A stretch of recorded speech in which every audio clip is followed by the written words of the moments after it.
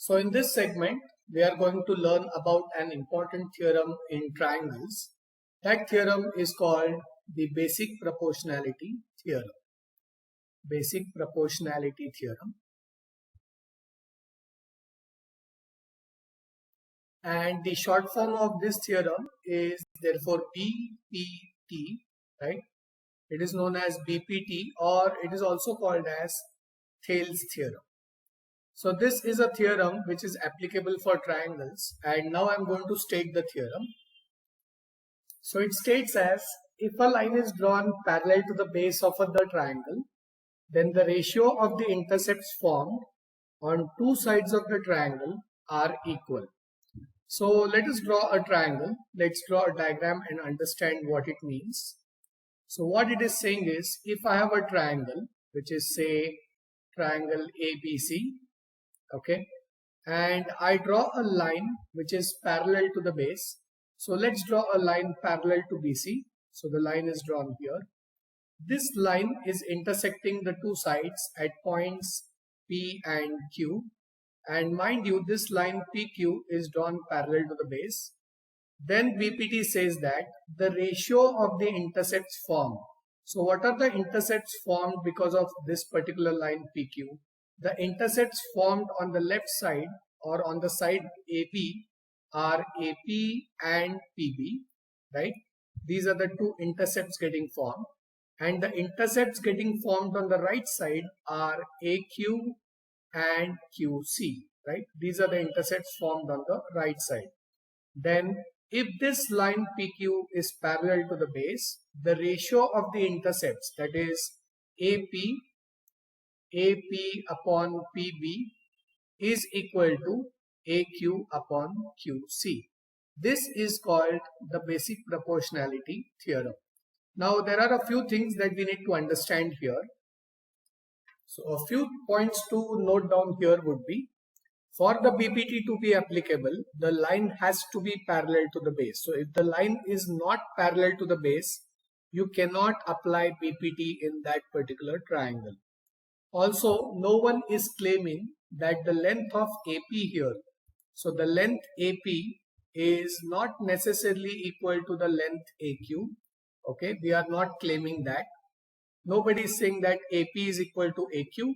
Nobody is also claiming that PB is equal to QC. Nobody is claiming that. But we are definitely saying that their ratios, that is AP upon PB, is definitely equal to AQ upon QC. The ratios are equal. Then BPT does not talk about the bases. BPT does not take into account the ratio of PB and BC. Rather, PQ and BC, they are not in the same ratio as these two ratios that are highlighted here, right? So BPT only talks about the different intercepts that are getting formed, and it says that the ratio of the intercepts are equal to each other. Now let us see if this particular theorem is applicable for the midpoint theorem, because we have learned midpoint theorem earlier. Let's see how midpoint theorem relates very well with BPT. I'll just pause for a couple of seconds for you to take a look at this slide, and then I will continue.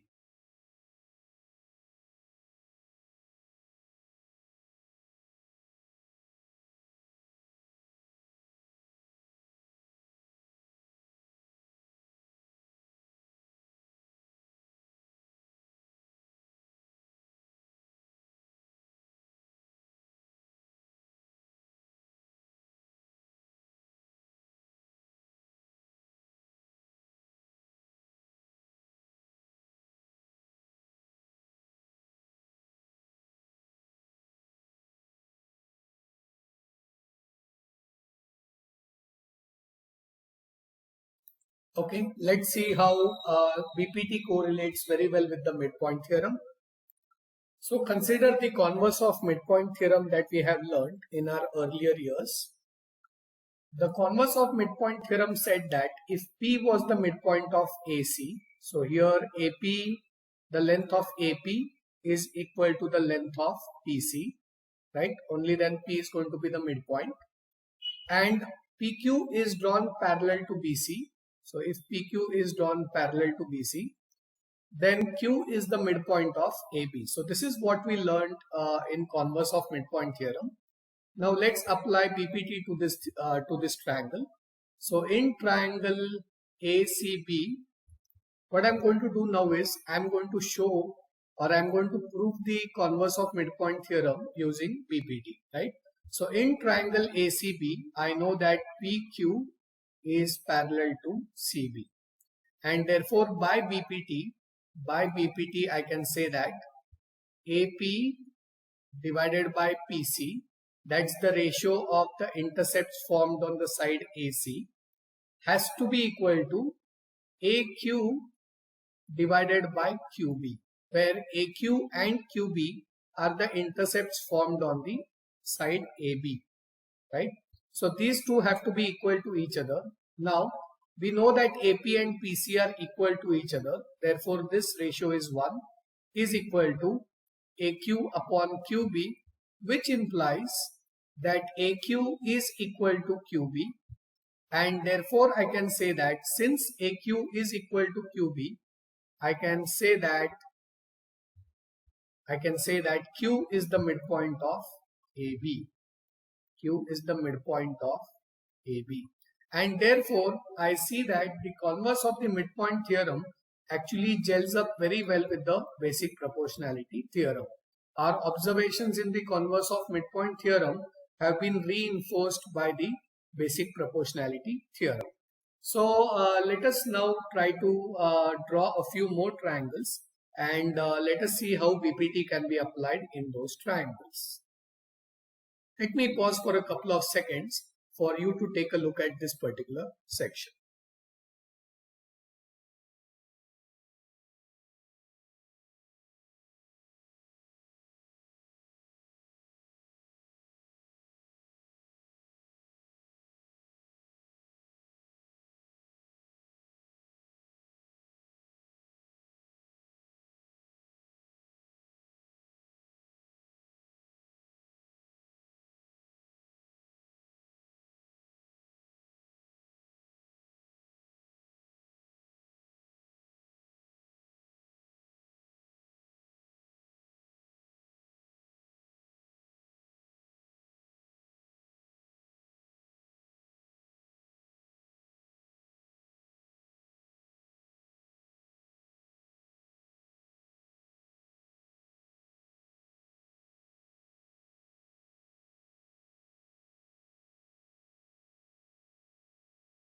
Okay, let us now draw some triangles and try to gauge how BPT can be applied there.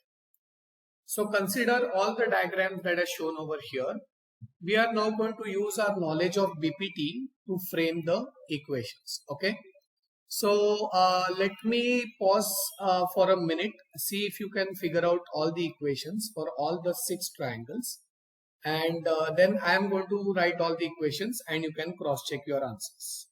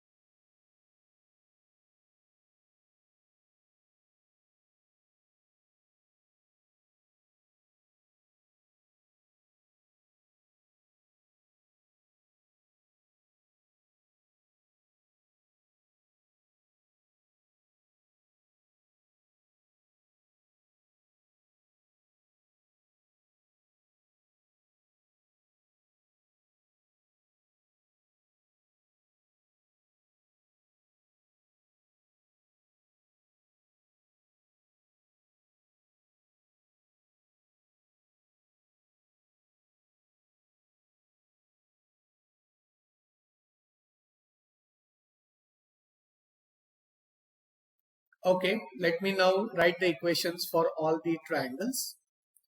In the first figure, triangle ABC, I notice that LM is parallel to BC. So the intercepts made are AM and MC. So AM divided by MC is equal to AM by MC will be equal to AL, and LB are the other two intercepts. So it will be AL by LB, right? And now, of course, if these two ratios are equal, their reciprocal will also be equal, which means MC divided by AM, taking the reciprocal on the left hand side, will be equal to LB upon AL, right? So this is also permitted. So this is the relation for the first triangle. Let's move on to the second one.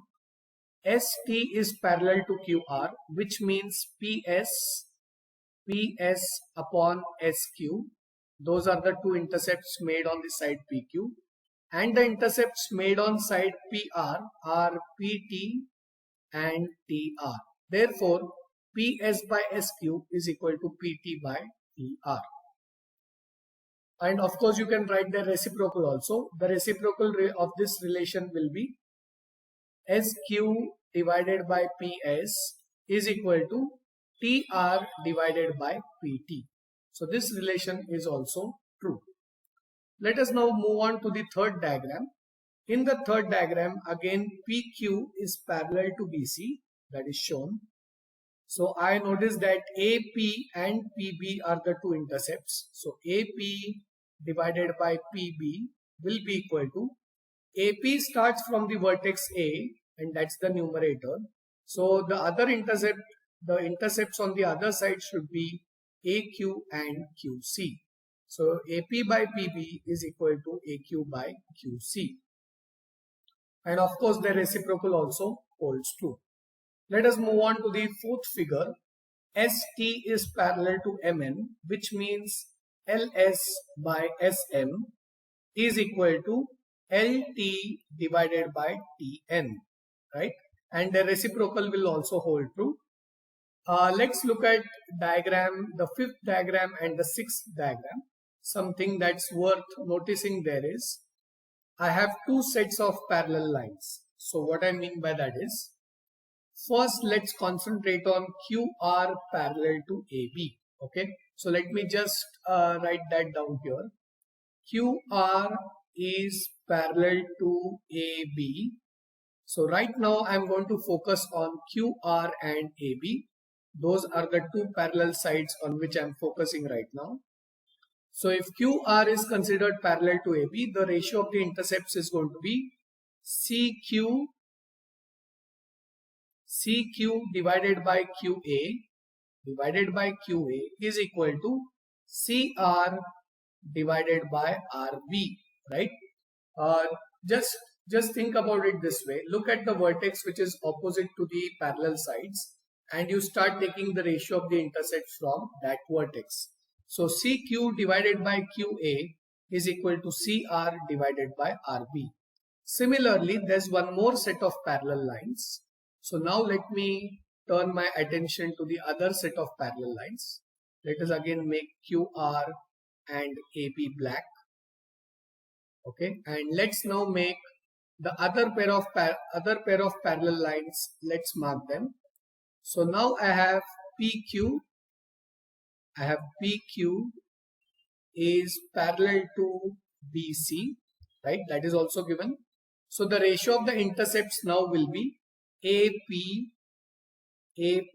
divided by PB is equal to AQ divided by QC.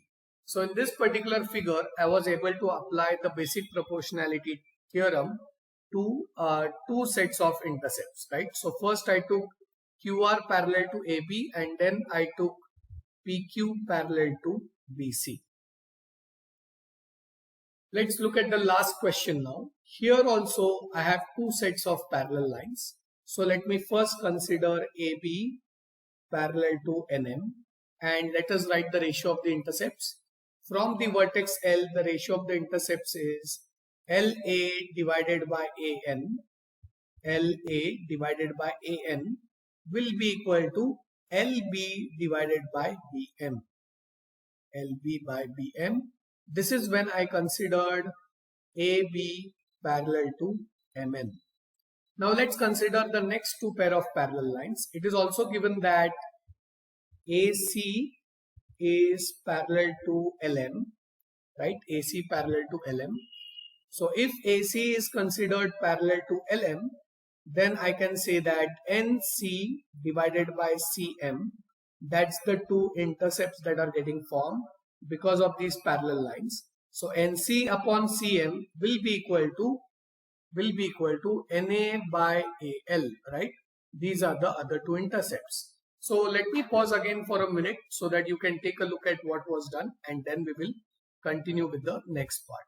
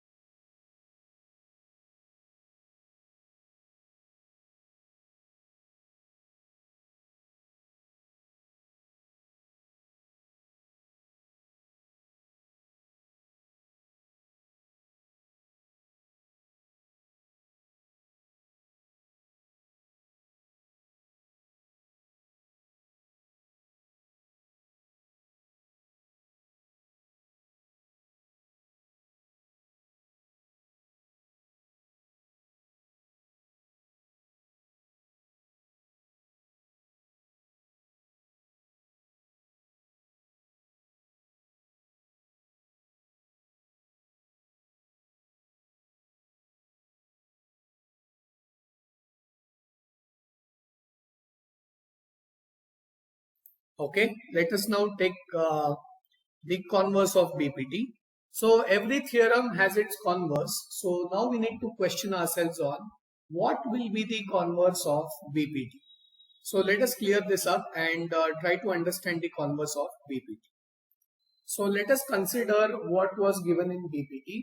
BPT said that if I have a triangle ABC, so I am marking the triangle ABC, and if PQ was drawn parallel to BC, if PQ was drawn parallel to BC, then, so if PQ was parallel to BC, then it said that AP upon PB would be equal to AQ upon QC, right? This was what BPT said. This was the statement of BPT.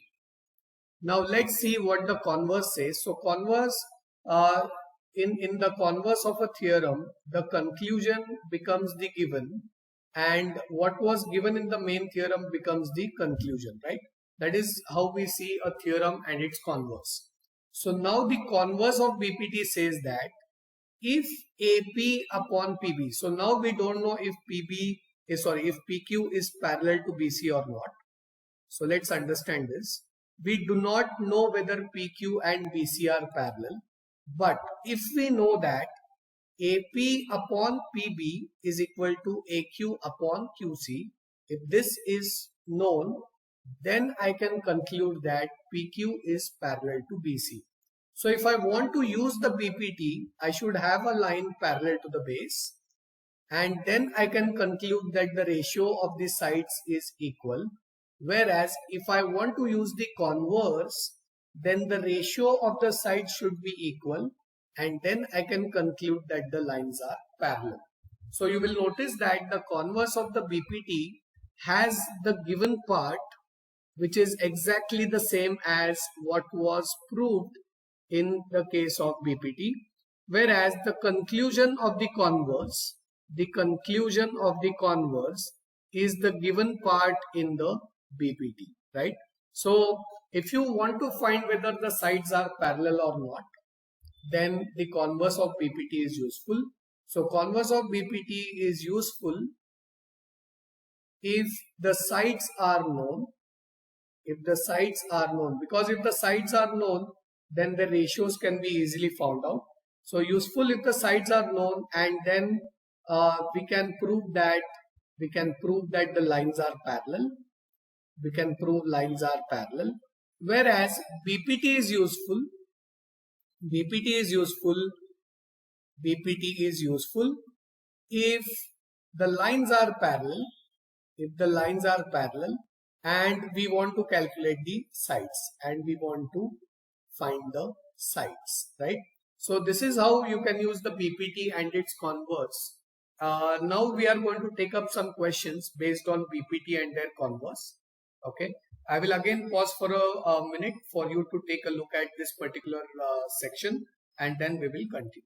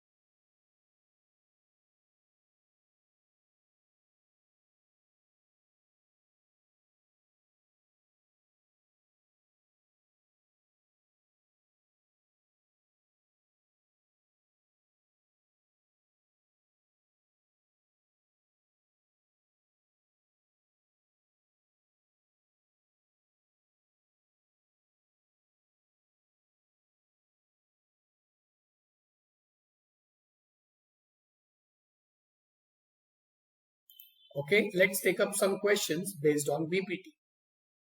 So let's consider this question. In this question, it is given that there's a triangle KMN. It's given that PQ is parallel to MN. So let's mark it. It is given that KP is 6 centimeters. So the length KP is 6 centimeters. PM is 8 centimeters. Then we have KQ is 9 centimeters. We have to find the length of QN, right? Now, how can I apply my BPT over here? I can say that in triangle KMN, we know that PQ is parallel to MN. This is given to us, right? And therefore, I can say that KP divided by PM is equal to KQ divided by QN, right? Now, this is by BPT. So now let's take the measures that are given. KP is 6 centimeters, PM is 8 centimeters, KQ is 9 centimeters, and QN has to be found out. So by cross multiplication, I get 6QN is equal to 9 into 8, which means 6QN is equal to 72, and therefore the length of QN is going to be 72 divided by 6, which is 12 centimeters, right? And therefore the length of QN is 12 centimeters. It is quite interesting to note that the measure of 6 when multiplied by 1.5 gives me 9. Similarly, the measure of 8 when multiplied by 1.5 gives me 12, right? So this is a very interesting observation, again, which is based on BPT. But for this to be applicable, PQ has to be parallel to MN. So this is one question where we applied BPT. Let's now move on to the next question. I'll pause for a few seconds and then I will continue.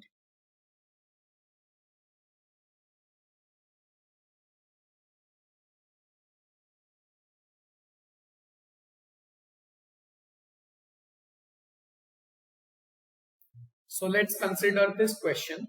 In this question, we have triangle ABC.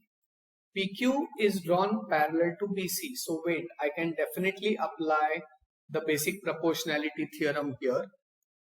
Let us see what are the lengths given to us. So AP is 5 centimeters. Let's mark it. AP is 5 centimeter. Then AB is 8 centimeters. So let's be careful here.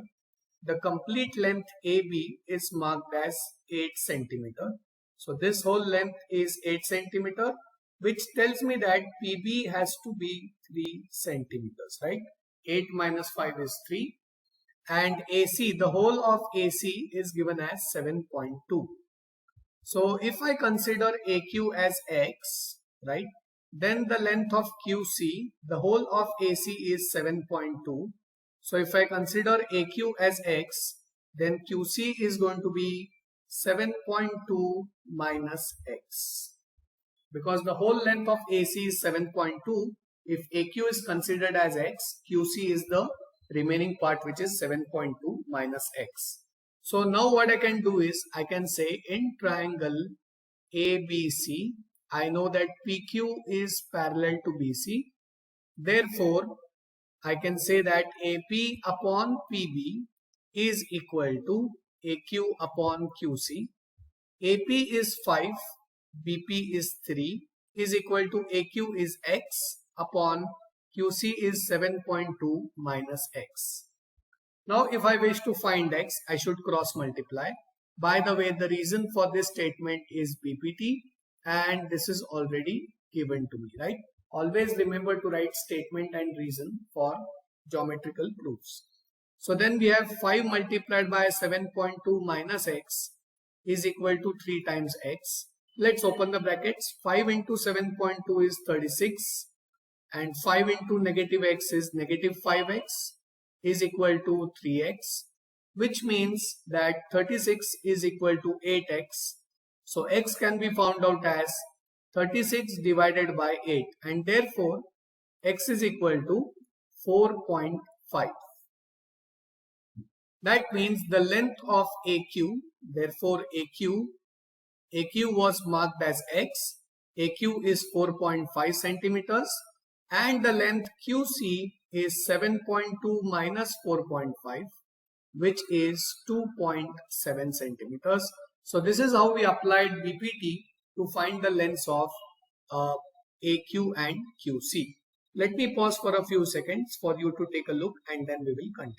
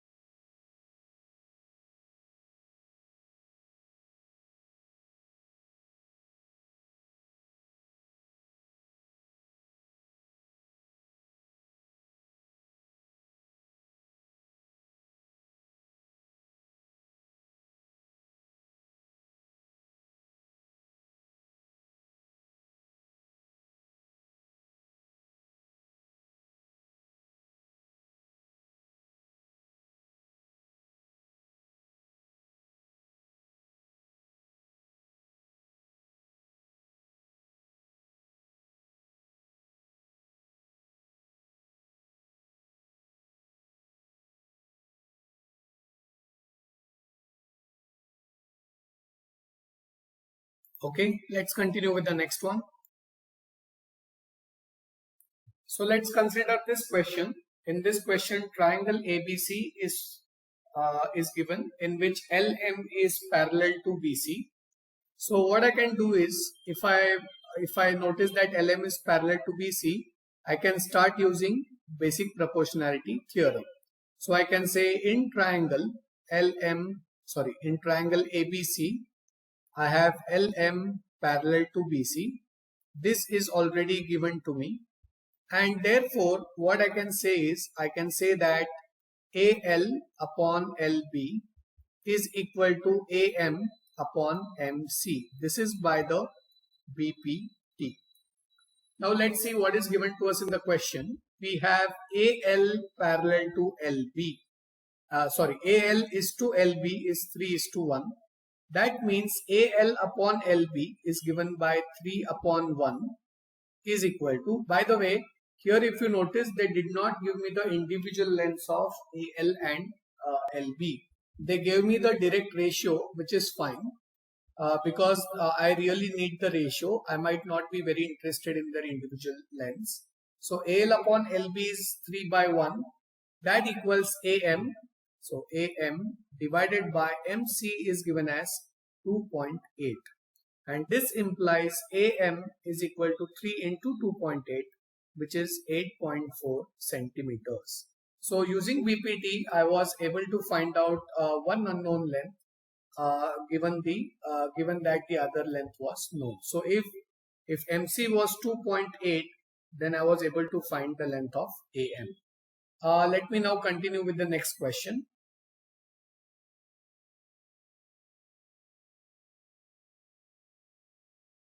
Okay, let's consider the following question. In this figure, I have been given triangle ABC. It is given that DE is parallel to BC. It's also given that AD is equal to X. So let me mark it. AD is given as X.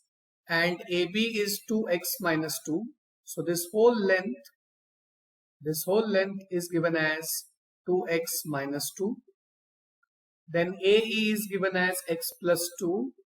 And EC is given as X minus 1. I have to find the value of X. So because the sides are parallel, because AD is parallel to BC, so I can say in the solution, I can start off saying that as DE is parallel to BC, we can apply the BPT. So AD divided by DB, the intercepts made are AD and DB, that equals AE upon EC. So let us now substitute the values. AD is X. DB is not known, by the way, right? So I can find DB as DB is equal to AB minus AD, which is 2X minus 2 minus X, which is basically X minus 2. So DB is basically X minus 2, which equals AE. AE is X plus 2 divided by EC, which is X minus 1. Now cross multiplying, what I get is X into X minus 1 is equal to X minus 2 multiplied by X plus 2. I can open up the brackets. X into X is X square. X into minus 1 is minus X equals X into, this is of the form A plus B, A minus B.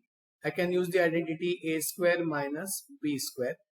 Therefore, X square minus X becomes equal to X square minus 4. And now I notice that X square cancels from both sides, which means negative X is negative 4, and therefore the value of X is equal to 4. Just to do a quick check, by the way, they only asked for X, so our answer is X equals 4. But just to quickly find the sides, AD is for X, which is 4. And AE is X plus 2, X is 4, so A is 6. X minus 1 would be 3. And the whole length is 2X minus 2, or rather, DB was found out as X minus 2. That means 4 minus 2 is going to be 2. You will notice that 4 is double of 2 and 6 is double of 3. Therefore, our answer X equals 4 is absolutely right. It satisfies the given constraints. So again, let me pause for a few seconds to identify, for you to identify the different techniques that were used here, and then we will continue with the next question.